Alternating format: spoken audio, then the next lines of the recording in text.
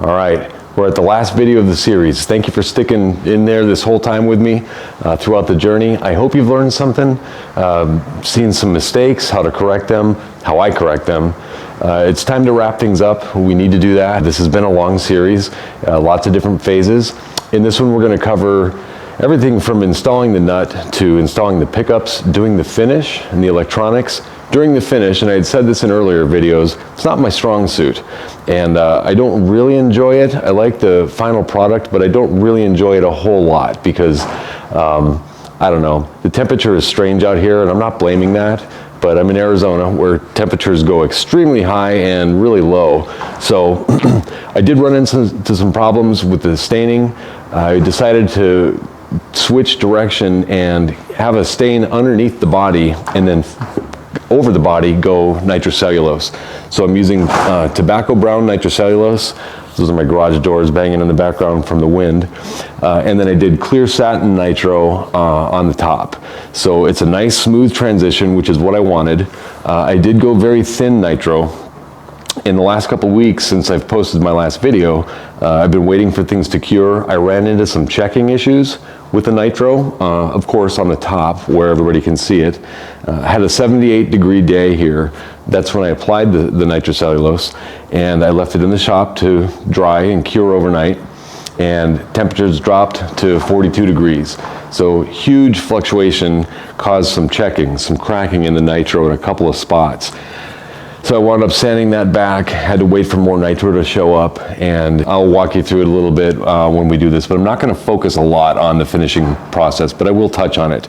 Like I said, we're going to install the bridge, tuners, that kind of thing. I may switch colors around a little bit. I'm still waiting on some parts to arrive for this thing. So as it's coming together, and that's how these projects go, they kind of speak to you and tell you what colors belong where. So we're going to assemble it with what I've got on hand, and be gentle in the comments. I might wind up changing some things up. I was going to go all black because it matches the beautiful ebony fretboard, the tobacco brown nitrocellulose on the back, but it already looks a little bit black to me just having the black bridge on there. So enough talking, let's jump into this thing and get it finished. And again, thank you for joining me on this journey. So my finishing technique is pretty straightforward. First, I air compressor it off and give it a little wipe down bath with mineral spirits. Make sure there's no oils from my hands and dust and whatnot from the shop bench.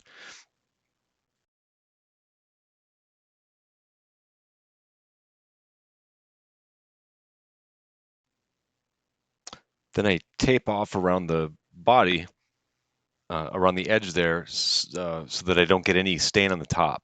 I'm going to run through, I'm going to do a quick staining on the body, and I don't expect it to turn out great. I just want sort of an undercolor. I'm going to go ahead and go nitrocellulose on this thing after all, but I don't want a flood stain in there, or it'll get underneath the tape and it'll get on the maple, and it can come out, but it requires some sanding and some work. So I just want to avoid that and just be pretty meticulous about getting it on right around that edge, because that to me is the transition is one of the most important parts aesthetically. It's what people see, and so I want to make sure that's good. So I stain the body, let it dry or cure really for several days in like 10% humidity, desert climate. Sand it down lightly, get it ready for nitrocellulose lacquer. Now I went with the tobacco brown nitrocellulose, and I did, I think, 6 coats of color, and then we'll get there later, but another 6 coats of clear on the top. I did several more, but in any case, I'm only going to show this once. I'm not going to do it again and again because it's all kind of the same. It gets deeper with each uh, coat, and again, I do very light coats and let it gas off in between. I do 2 to 3 per day, and after about a couple weeks, I'm ready to move on. Just a couple clips here of guitars that I've built in the past. I can stain. I don't enjoy it so much. I'm not that good at it. This one's nitrocellulose, the first one that I've done with stained back. This one I built for my son. It's called the Villain, pure nitro, and I'll show you why I call it the Villain. Yeah, kind of fun. Anyhow, back to this. I'll go ahead and peel the tape off. It's always a challenge for me. even though it's painter's tape and it doesn't stick a whole lot. I'm going to go ahead and expose the maple top. It actually turned out nice. So far, so good. Definitely contrast between the nitro back and the not yet touched top. I'm going to go ahead and sand the thing down, air compressor it off, hit it with some naphtha or mineral spirits. I don't remember which one I used. And then I'm going to do a first layer here of True Oil. And you can Google True Oil. I think I've talked about it before. I want to be very, very careful around this seam line. Again, that's kind of that transition is, it'll make or break this thing aesthetically. So I'm going to build a small layer, kind of seal it here with the True Oil. And then I do a couple coats of that, light coats, and then I'll sand it back. And what I eventually wind up doing here is, and we'll just see, I might play some music over the transitions, but I'll sand it back. I do 2 coats, I believe. I might have done 3 of de-waxed shellac in prep for nitro, because nitro cellulose is compatible with other finishes if prepared properly. So True Oil, um, it's sort of a varnish, but I'm using it mainly just to close some of these pores and seal it up so that it doesn't just suck up all of the nitro. Stuff's expensive, and I hate doing tons and tons of coats of that. But so this will give it a nice foundation, pops the grain, makes it look very nice, and that transition will be really clean. So let me go ahead and fast forward this thing a little bit. I did the 2 layers of this again. I did a light sanding in between just to keep the surface level. Really, again, just to kind of fill the grain, um, some continuity in the surface, and to pop the grain a little bit. Looks really nice, actually. The pictures don't do it justice. So then I go ahead and sand it back again. I think I said that. Uh, Air compressor it off. Give it a little bath in mineral spirits or naphtha, and then I tape off the body and I give it 2 coats of de-waxed shellac. Let those dry nicely. I think I might have done 3, and then I lightly sand that back a little bit so that the nitrocellulose has something compatible and solid to cling to. So it's looking pretty good. I don't know if the camera's doing it justice, but the separation between the 2 layers, very crisp. The nitro's looking good. I've got the top sealed. So what I'm gonna now do, got a light sanding going on. I'll give it another bath, constantly doing that. And now I start the stages of clear satin nitro. And I do, I think 6 coats, and I might have done some touch-ups here and there, but that's the process. And that's pretty much it. This is the part where I'm putting the magnets in. I actually forgot to do this earlier, but I'm installing magnets in the control cavity and on the control cavity cover. So we'll see how fast I can blast through this thing.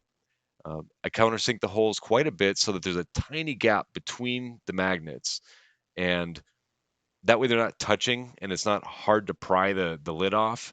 It just holds on nicely. So I'm going to go through this much quicker.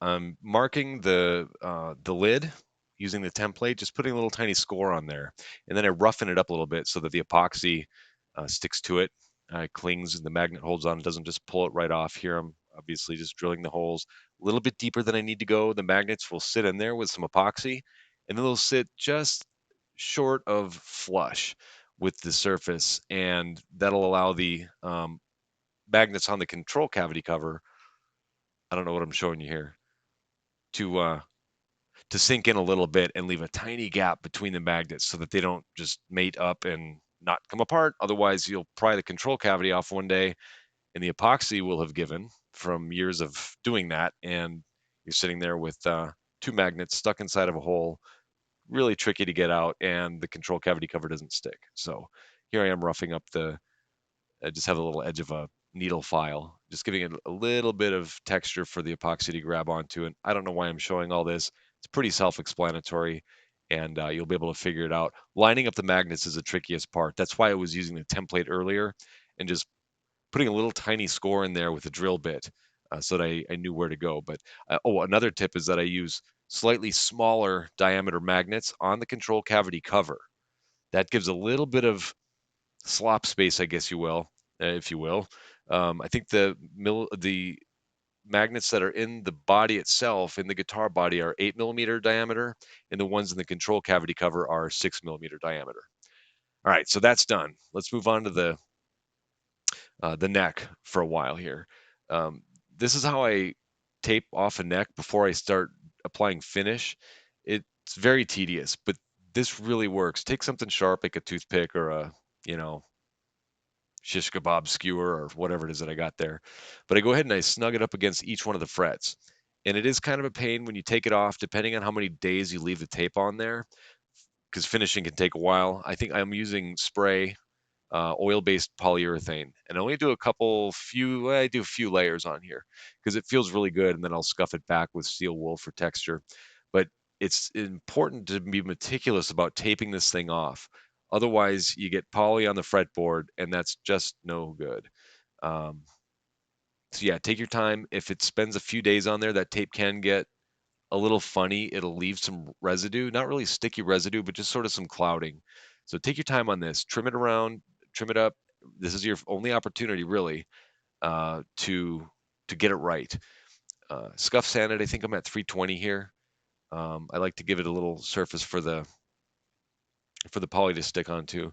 This is your final opportunity. Sand now or forever hold your peace. I don't know. I'm sure there's a phrase I could use there that made more sense, but just make sure you got it right. Flat, flat, flat.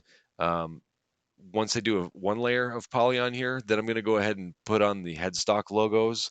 Again, you don't want to have to go back and sand something if there's a scratch or a gouge or a dent or something like that. Get all that right now before you start applying finish. Finish is truly the end. You're finished after that. So if you screwed something up along the way, it'll show at this stage. So really take the time to make it perfect. I think I tape off some of these. Yeah, I don't know why I'm showing that. I fill them with little bits of paper towel and then tape them off. And again, take your time. It really is mostly in the prep work. The finished job will show big time if you don't take these little steps. I use the bolts for the neck. I think I tape those off as well, and those are my handles for the next week or two as I work on this neck. Okay, tired of hearing me talk, so let me blast through this. A quick naphtha bath, and then we're off to the races. So this is after the first coat, I believe. I'm not going to go through all of the spraying. I want to get to this part. This is I use Inkscape to print up water slide decals on my dusty printer. This is for the headstock. Um, you got to Google it. I'm not going to get into detail unless you want a separate video on printing and making and installing water slide decals.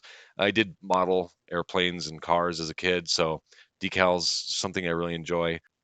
And I do want to take a moment just to speak about the best dog I've ever known, Wendy. She's who I'm making this guitar for. She's a trooper. She went blind when she was 6, and she just crossed the 14-year mark. So she has some health issues. We know she's not going to be with us long, so I wanted to make this guitar as sort of a tribute to her. She's just so wonderful and a trooper and an inspiration. So back to this water slide decals. You soak them in water a little bit. I have microsol and microset. One of them sort of preps the wood and softens up the decal so that it clings to the if there's any variation in the surface, which wood does have some, even though I have a coat of poly on here and it's sanded flat. It'll go ahead and sort of melt in there and uh, keep running the paintbrush over it. I'm not going to go into big detail on that. Um, you can Google it. Plenty of YouTube videos out there. I'm sure people who know better than I do will have something to say about how I did or didn't do this right. But anyhow, it takes a few hours for the everything to evaporate. I give it overnight, and then I go ahead and continue building coats of polyurethane over the top of this, sanding every 2 or 3 coats until it becomes flat. And if you hold it just right, you literally cannot tell there's a decal underneath there. It's perfectly flat. So that's how I do that. If you want a video with more detail on how I do it, let me know. Leave them in the comments. Here I just go ahead and pound in my little embossed lettering. I do a serial number on each one. I have my own little methodology for that. I like to put USA on there because I know Gibson does it. I'm not doing it to copy Gibson. I just do it because I'm proud of living in the States, and thank God every day that I'm here. And I like to put it on the guitars. So what do we got here? Yeah, that's that. Here it is after a couple layers of poly. I don't really know what I'm showing here. The decals set nicely, and let's just see what's up next. Okay, I'm taking a flat, narrow file, square, and cleaning up the nut slot. So I take a micrometer and I stick it in there and make sure that it's the same exact level across the board. It's not just about making the nut fit in there. It's about making sure that it is square and true and even. This is a very important part of the guitar because, well, it's one of the two contact points, the nut and the saddle, where the strings rest. And between the nut and the saddle is where all of the action happens. So I want to make sure it's a precise fit, not sloppy or loose or anything. The nut has to be the right height. I'd rather trim it from the bottom up, which is what I'm doing here, rather than cutting deeper nut slots. Um, I've had issues, strings binding in deep nut slots. It's hard to get them polished just right. You want about half the thickness of the string to sit inside the nut slot, maybe a little bit more. So unless I want to grind it way down and then or file them down deeper and then grind the top down, it's just easier for me to get as close as I can uh, at this stage before I install it. Make sure that it's good and square, and that's pretty much it. A tiny, tiny drop of CA glue, super glue. Hold that thing in there. It's pretty easy to pop it back out if you need to, but it should never leave the way that it is.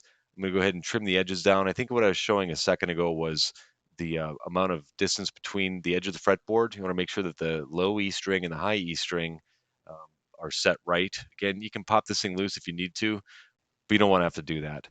Go ahead and trim the edges back because there's a little bit of overhang. This is a bone nut, and the diameter is a little bit oversized just so they can trim it down, make sure the sharp edges are gone. Just some meticulous work. It's not hard to do. You just really don't want to scrape up any of the poly that's on the head or um, the fretboard itself. So I'm going to apologize for the abrupt stop here. This video was originally intended to just be one final video, but it became too long and I covered a lot of stuff. I hope that you don't bail out on me now. Please watch the follow-up video. It will be the last one in the series, I promise.